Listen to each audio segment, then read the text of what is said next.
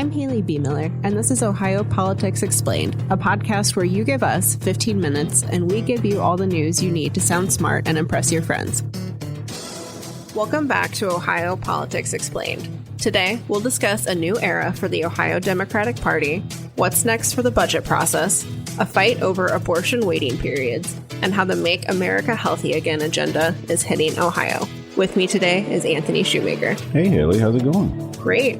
Before we get started, some exciting news. Ope recently won first place for podcast at the Cleveland Press Club's Journalism Awards. As always, we appreciate you listening and leaving us a review or rating on Apple Podcasts. Let's start with the Democrats. The Ohio Democratic Party picked a new leader this week, former state rep Kathleen Clyde. Clyde will replace Liz Walters, who resigned to lead a political data firm in D.C.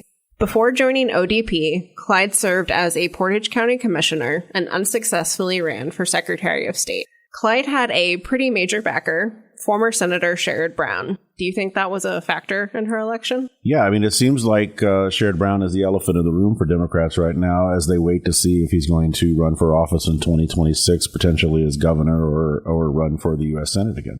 Yeah, I think, he is still a major influence in the party at this point, even though he's not in office right now. And he came out endorsing her pretty much right away. That did not stop people from getting into the race, at least initially. Clyde faced several different challengers, including State Senator Bill DeMora, who had the backing of folks like Chris Redfern, who used to lead the ODP. A lot of people thought DeMora would be maybe more of a change agent, someone who's a little bit more willing to shake things up, really go toe-to-toe Republicans. He has a pretty brash personality, which his supporters think makes him a good fighter, but it has rubbed people the wrong way in the past. Yeah, and I think Tim Ryan was backing him, wasn't he?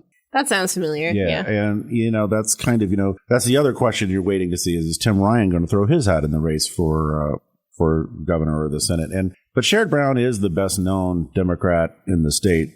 He lost to Bernie Moreno the Senate race last year. Donald Trump was on the ballot. Democrats are obviously thinking Donald Trump's not on the ballot this time. Do they stand a chance? Yeah. I talked to Clyde a little bit before she was elected, actually, about her priorities, what she thinks the party needs to do. She talked a lot about having a different approach to urban areas, suburban areas, rural areas. She talked some about the decline that we've seen in Democratic turnout in the big cities like Columbus and Cleveland, especially among Black voters. And she views getting Black voters back in the fold as a key priority for the party next year. But we'll see if any of this work translates to much in 2026. I mean, we know Republicans have a very strong hold on Ohio. They control all statewide offices except for one state Supreme Court seat. Yeah, I mean, you'll have to kind of see if she tries to get back to the model that President Obama used in Ohio, which was rack up big numbers in the cities, but cut down on the margins in the suburban and rural counties and eke out wins. He was able to do it twice in Ohio.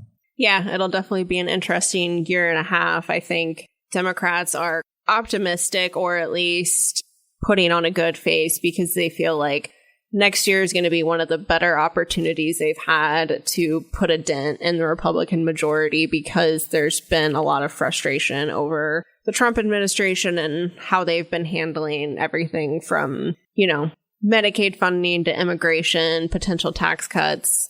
There's a lot of controversial stuff happening in the White House, and there was, a pretty big backlash to the Trump administration in 2018 that made it a good year for Democrats nationally. So yeah, and Sherrod Brown won that year too, but Mike DeWine and Republicans won everything else that year. But that was kind of a year where the nation went blue, but Ohio went mostly red. Our next topic is the budget. The Ohio Senate passed its version of the budget this week. It would flatten the income tax, use unclaimed funds to pay for a Brown Stadium, and reduce increases for Medicaid. The House didn't agree to their plan, which means the two chambers need to go hash out their differences over the next couple weeks. Any guesses on what will stay and what will go? It seems like the flat tax is likely to get through both houses. It's got popular support amongst Republicans. I think Vivek Ramaswamy has talked about being a fan of it. I think where one of the areas there's real difference is obviously is the Brown Stadium. You have 3 different proposals from the governor, the House, and the Senate. Yeah, I mean, 3 different proposals that don't even remotely overlap. DeWine wants to increase the sports gaming tax. The House wants to bond that money. And like I said, the Senate wants to use unclaimed funds. The Senate feels pretty confident that their version will get through. They don't really think a bond or a tax increase will hold up against, basically looking under the couch cushions and finding this unclaimed funds money to pay for the project. Yeah, I mean, one of the things that Senator Serino talked about was that it doesn't force the state to take on debt or raise taxes, and maybe that will make it a more popular option. Yeah, I guess we'll find out. Let's move to abortion. Ohio Republicans introduced a bill called the She Wins Act to reinstate a 24-hour waiting period for abortions. The state had this rule in place for a while, but a judge blocked it after voters enshrined abortion rights in the Constitution. Remind us what this waiting period meant for patients. Yeah, it would require doctors to provide patients who are seeking abortions with information about like the physical and psychological impact, and they would have to get that 24 hours in advance or the doctors could face fines. And this is something that abortion rights advocates have always opposed. They don't think it's medically necessary and view it as just a way to kind of mess with patients who are seeking an abortion. And I find it interesting that this is even out there because of this court decision. One of the House sponsors, Josh Williams, said he wasn't trying to get around the courts, but if that's the case, I'm not sure what he is trying to do. Right. I mean, the voters of Ohio voted in 2023 to legalize abortion in the state. And the judge said that basically the 24-hour waiting period is in direct conflict with what's in the Constitution. We will end today with Republican efforts to make Ohio healthy again. Maybe. Lawmakers introduced a catch-all bill that would restrict PFAS in products like cookware, makeup, and carpet, ban food dyes, and loosen rules around fluoride. They also want to bring back the presidential fitness test, which I know I was not a fan of.